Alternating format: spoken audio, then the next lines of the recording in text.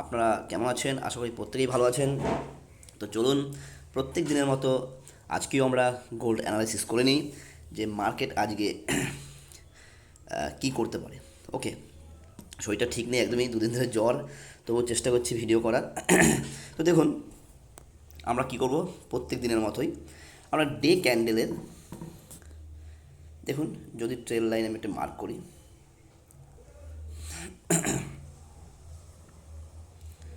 দেখতে পাচ্ছেন গতকাল বলেছিলাম, যদি আপনারা ভিডিওটি দেখে থাকেন, যে বলেছিলাম যে first breakout always break out.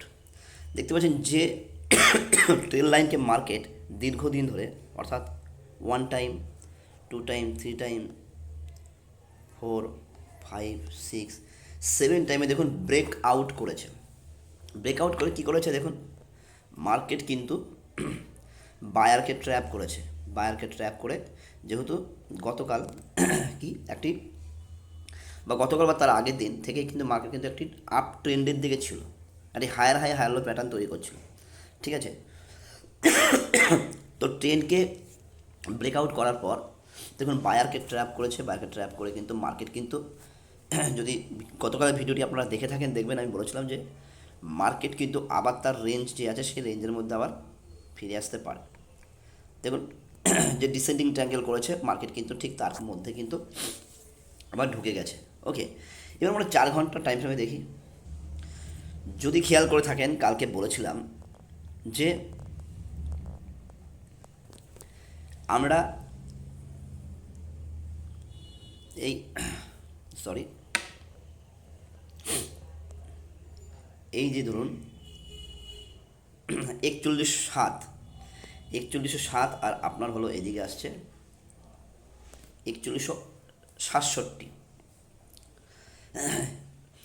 এর মাঝখানে কাউকে ট্রেড করতে না, কারণ এর মাঝখানে একটি দীর্ঘদিনের একটি ট্রেড লাইন ছিল, যে ট্রেড লাইনকে মার্কেট ব্রেকআউট করেছে, অর্থাৎ রেজিস্ট্যান্স এবং এই যে দেখতে পাচ্ছি এটা সাপোর্ট এবং রেজিস্ট্যান্স মাঝখানে গ্যাপ খুব কম ছিল, যে কারণে বলেছিলাম যে মার্কেটে এখানে বাই সেল কেউ কিছু নেবেন না। কী করবেন, যদি 4107 যদি ব্রেকআউট করার পর যদি রিটেস্ট নেয়, রিটেস্টে আমরা সেলিংয়ে যাব। যারা যারা আমার ভিডিওটি দেখে থাকবেন, আসলে প্রত্যেক দিন যারা যারা আমার ভিডিও দেখেন তারা কিন্তু মার্কেটে খুব ভালো প্রফিট করেন, ঠিক আছে। তো যাই হোক, যারা শেখার ইচ্ছে আছে, যাদের জানার ইচ্ছে আছে, তারা অবশ্যই দেখেন এবং দেখবেন। তাহলে দেখুন মার্কেট এখন কী করছে, মার্কেট কিন্তু সেই রেঞ্জের মধ্যে আবার কিন্তু ঢুকেছে।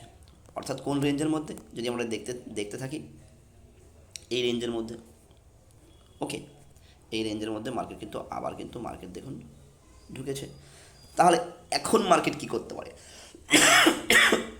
এখন আমরা কি করব, দেখুন বন্ধুরা, এখন আমরা এটি আমার হয়ে গেছে সাপোর্ট, আমি জাস্ট দুটো জোন মার্ক করে রাখলাম, দুটো এদের দুটো জোন মার্ক করলাম। এবার আমি 1 ঘন্টা চলে যাচ্ছি। দেখতে পাচ্ছেন 1 ঘন্টা কিন্তু মার্কেট কিন্তু এই যে একটি রেঞ্জের মধ্যে কিন্তু আটকে আছে গতকাল থেকে। ওকে, অর্থাৎ দেখতে পাচ্ছেন যে এখানে রেঞ্জের মধ্যে আটকে ছিল, তারপরে কি একটা বড় একটা ফল হলো, আবার দেখুন কী করছে, অ্যাকুমুলেশন জোন তৈরি করছে, অর্থাৎ এখানে লিকুইডিটি নতুন করে জেনারেট করছে। তাহলে এবার কি হতে পারে, বা আমরা কি করব, আমরা আমরা ওয়েট করব। কী কতটা ওয়েট করব, আমরা ওয়েট করব, দেখুন আমি যদি 5 মিনিটে চলে যাই,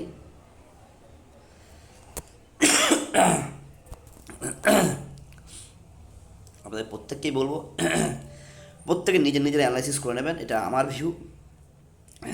আমরা কি করব, আমরা ওয়েট করব। কোথা থেকে ওয়েট করব, এই জোনের মধ্যে কেউ ট্রেড করব না। যদি মার্কেট এই সাপোর্টকে ভেঙে রিটেস্ট নিয়ে কোনো বিয়ারিশ ক্যান্ডেল করে, আমরা সেলিংয়ে যাব। যদি মার্কেট ব্রেকআউট করে পার্টি পুলব্যাক বলতে এই যে রেজিস্ট্যান্স যখন মানে সাপোর্টে পরিণত হবে, অর্থাৎ রেজিস্ট্যান্স বিকাম সাপোর্ট, যখন ব্রেকআউট করবে, কী করলো, রেজিস্ট্যান্সকে প্রথম ব্রেকআউট করবে, ব্রেকআউট করে আবার মার্কেট এর মধ্যে চলে আসতে পারে, তাহলে রেজিস্ট্যান্স রইল। কিন্তু যদি না আসে, অর্থাৎ ব্রেকআউট করার পর যদি রিটেস্ট করে রেজিস্ট্যান্সকে যদি সাপোর্ট হিসাবে রেসপেক্ট করে এবং কোনো বুলিশ ক্যান্ডেল তৈরি করে, তাহলে আমরা এখান থেকে বাই নেব। কতটা বাই নেব?